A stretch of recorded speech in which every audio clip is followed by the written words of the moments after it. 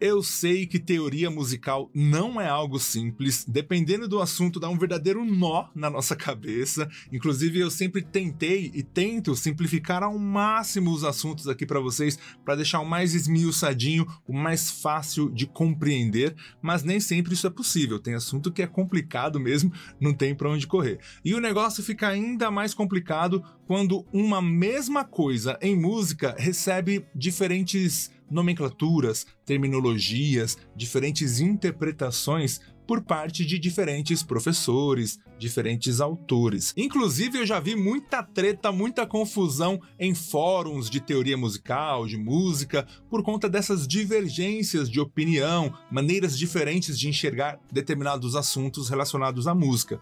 Dito isso, eu decidi fazer este vídeo para demonstrar um pouquinho para vocês de como eu enxergo determinados assuntos, como eu interpreto e como eu procuro estudar e ensinar esses assuntos. Dessa forma, talvez você consiga até compreender melhor a minha didática, a maneira como eu conduzo as aulas aqui do canal. Certo? Vamos nessa então? Bem-vindos a mais um vídeo, eu sou o professor Peterson Brito e o vídeo de hoje está baseado em comentários feitos na aula sobre modos da escala menor melódica. Esse vídeo está aqui no canal, faz parte do curso Teoria Musical no Ponto Certo. Comentários do Ben-Hur Guitarra e Música, que dizem o seguinte: se o primeiro modo da escala menor melódica for chamado de dórico, será com oitava diminuta e não com sétima maior. E ele explica no próximo comentário.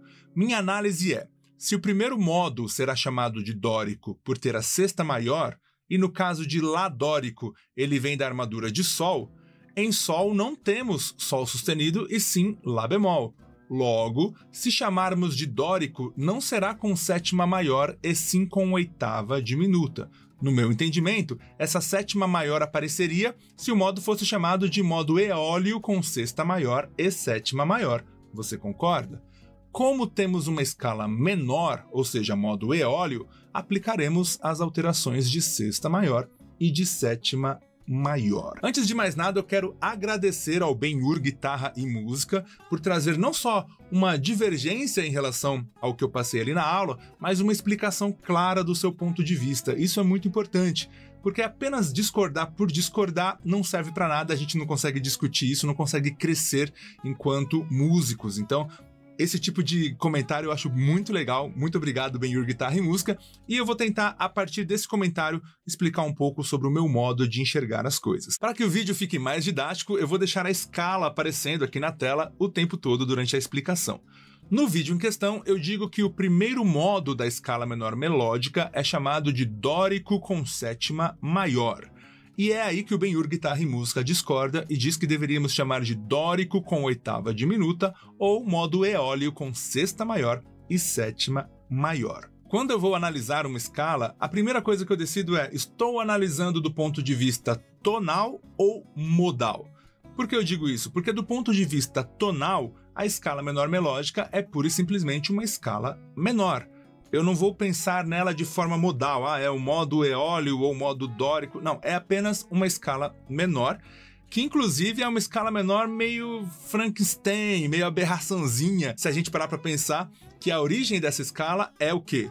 Devido a uma deficiência da escala menor harmônica, que por sua vez surgiu devido a uma deficiência da escala menor natural. Tudo isso para resolver problemas tonais, não tem nada a ver com modos gregos. É para que pudesse haver uma dominante que resolve numa tônica, gerando essa sensação de tensão, de resolução tão importante, tão fundamental para tonalidades, sejam elas maiores ou menores, ok? Agora, quando eu decido analisar uma escala do ponto de vista modal, inclusive essa escala menor melódica, eu deixo de lado as questões tonais e foco exclusivamente naquilo que é modal. O que é mais importante, ao meu ver, em relação aos modos? É saber que o que diferencia um modo grego de outro modo grego são características sonoras intervalares específicas que cada modo possui. Por exemplo, o modo jônio, que é o modo que deu origem às escalas maiores, à tonalidade maior, possui como grandes características ser uma escala maior, um modo maior, com sétima maior. O modo mixolídio é parecidíssimo com o modo jônio, entretanto tem uma diferença fundamental. Ele também é maior, mas a sétima é menor. E é isso que diferencia. Se a gente pegar um modo frígio, ele tem uma segunda menor. E é uma grande característica do modo frígio, porque os demais intervalos não são tão característicos assim, né? Você tem uma terça menor, quarta justa, quinta justa, sexta menor, sétima menor. Mas a segunda menor é o que marca o modo frígio. Já o modo lócreo também tem uma segunda menor, mas o que é mais marcante no modo lócreo é o intervalo de quinta diminuta. Onde eu quero chegar com isso? Qualquer escala que você queira interpretar ali do ponto de vista modal, que tenha uma quinta diminuta, será chamada de modo lócreo. Inevitavelmente, porque quinta diminuta é a grande característica do modo grego lócreo. Agora, se ela não tem uma quinta diminuta, ela tem uma quinta justa, tudo certinho, mas tem uma segunda menor, provavelmente ela será entendida, interpretada como frígio. Percebe onde eu quero chegar? Se for uma escala maior com sétima menor, ainda que hajam outras alterações ali, ela provavelmente será enxergada como uma escala mixolídio. E foi partindo desse princípio de que cada modo grego possui características próprias que permitem a gente identificá-los e diferenciá-los, que eu interpretei os modos da escala menor melódica, deixando de lado as questões tonais. Então, pegando ainda essa mesma escala do comentário do Ben-Hur, se eu considerar que essa escala, o primeiro modo da escala menor melódica, que é o modo de Lá dórico com sétima maior, na minha interpretação, se eu entender que, mas se ele é dórico, então ele é o segundo grau de Sol maior, né? Porque Lá é o segundo grau de Sol maior, eu começo a misturar muito o sistema tonal, o sistema modal e deixar de lado o que, ao meu ver, é mais importante, que é a sonoridade de cada modo causada pelas características próprias de cada modo. Qual é a característica própria de um modo dórico que faz com que ele seja chamado de dórico? O fato de ser uma escala menor com sexta maior. Nenhuma outra escala dos modos gregos é menor com sexta maior, apenas o modo dórico. Isso me impede, portanto, de chamar essa escala de eólio com sexta maior e sétima maior. Porque se eu chamar de eólio com sexta maior, eu vou estar causando uma divergência. É como eu pegar as escalas que eu falei, frígio e lócreo. O que diferencia uma da outra é principalmente o fato de que na escala lócreo nós temos uma quinta diminuta. Eu não posso chamar a escala lócreo de frígio com quinta diminuta, entende? Não, ela não é frígio, ela é lócreo exatamente porque ela tem a quinta diminuta. Tendo dito isso, eu excluo, portanto, dentro da minha forma de interpretar, a possibilidade de chamar essa escala de eólio, tá? Ela é dórico por natureza porque é uma escala menor com sexta maior.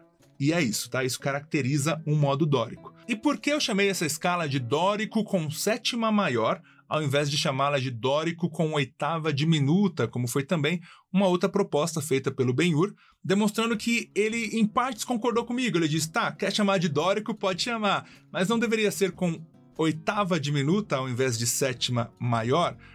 Bom, eu meio que já expliquei aqui, considerando que o argumento dele é de que Lá é o segundo grau de Sol, então seria o modo dórico de Sol maior, mas aí a gente estaria misturando tonalismo com modalismo.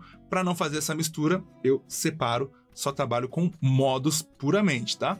Então, um dos motivos é esse. O segundo motivo é que eu não consigo considerar, num estudo de escalas, a oitava como sendo uma nota diferente da primeira, entende? Então, se a minha tônica é Lá, a minha oitava também precisa ser Lá. Se eu chamar de oitava diminuta, quer dizer que essa oitava vai ser diferente da tônica. A tônica é Lá e a oitava é Lá bemol. Isso, para mim, do ponto de vista de estudo de escala, de formação de escala, não funciona, entende? Tanto do ponto de vista tonal como modal. Se você observar as minhas aulas sobre formação de escalas maiores, formação de escalas menores e modos gregos, você vai ver que eu sempre utilizo ali 7 notas, 7 graus. E o oitavo grau, ou a oitava nota, é a repetição da primeira nota, do primeiro grau. No momento em que eu altero essa nota, aí eu deixo de ter uma escala de 7 notas, de 7 graus, e passo a ter uma escala de 8 graus, 8 notas distintas. Vira uma escala octatônica, né? Uma escala diferentona. E não funciona.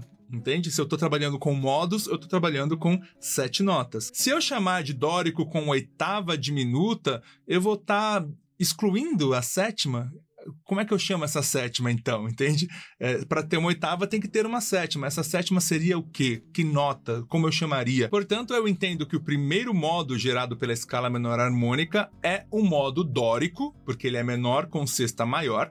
Então, só pode ser dórico, do meu ponto de vista, só que é um dórico que tem uma alteração ali. Essa alteração está no sétimo grau, que está meio tom acima do que seria no modo dórico convencional. Eu não vou chamar de oitava diminuta porque eu não posso ter uma oitava diferente de um primeiro grau, de uma tônica. Para mim, oitava e tônica precisam ser a mesma nota. Então eu vou chamar de sétima maior. Portanto, dórico com sétima maior. O principal motivo de eu chamar essa escala da maneira que eu chamei é que eu faço essa separação entre o que é tonal e o que é modal, e eu procuro deixar claro, estou trabalhando agora com modos, uma visão exclusivamente modal ou exclusivamente tonal. A não ser quando é necessário, quando é o objetivo misturar essas coisas, tá? Essa coisa modal tonal que a gente vê bastante por aí também. Mas do ponto de vista didático, eu sempre prefiro deixar as coisas mais separadinhas, porque facilita a maneira como eu vou entender, memorizar, aprender aquele conteúdo e automaticamente também me ajuda na hora de ensinar, de explicar.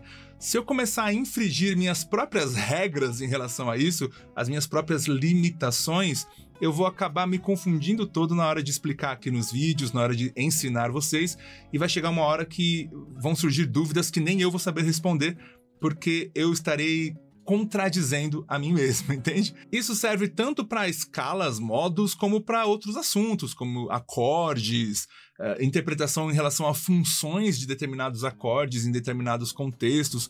Pode acontecer sim, de em algum vídeo meu, alguma aula minha, em algum momento, vocês me ouvirem falando algo que outra pessoa, outro professor, outro profissional entenda de uma maneira diferente, tá? Isso é natural e isso é até bom porque fomenta aí discussões em relação a esses assuntos, que eu acho que tá faltando um pouco mais de discussões, de conversas sobre esses assuntos. Eu queria que você percebesse que eu não tô dizendo que o Ben-Hur Guitarra e Música está errado e que eu estou certo. Pelo contrário, estou dizendo que todas essas opiniões e maneiras diferentes de interpretar e enxergar as coisas são válidas e que eu preciso ser coerente com a maneira pela qual eu construo o meu conhecimento, a minha forma de entender as coisas, para que quando eu for passar esse conhecimento à frente, eu possa fazer isso de uma maneira mais didática, mais coerente também, com o mínimo de contradições possível.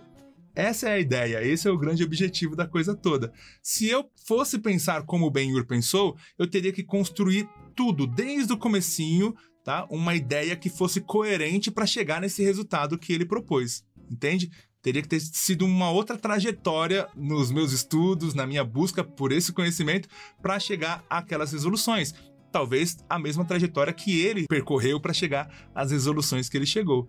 Então, é por aí que eu quero trazer essa discussão, essa nossa conversa sadia de hoje. Eu espero que você tenha gostado desse vídeo. Se gostou, não esquece de deixar o seu like, de se inscrever no canal, ativar o sininho e olhar a descrição do vídeo, que eu sempre vou deixar ali recomendações. Tem coisa interessante ali para você dar uma olhada. E não vai embora não. Se você quer aprender mais sobre música, teoria musical, eu vou deixar algumas recomendações aqui para você assistir, playlists de vídeos aqui do canal com bastante conteúdo bacana para você. Um grande abraço e até o próximo vídeo.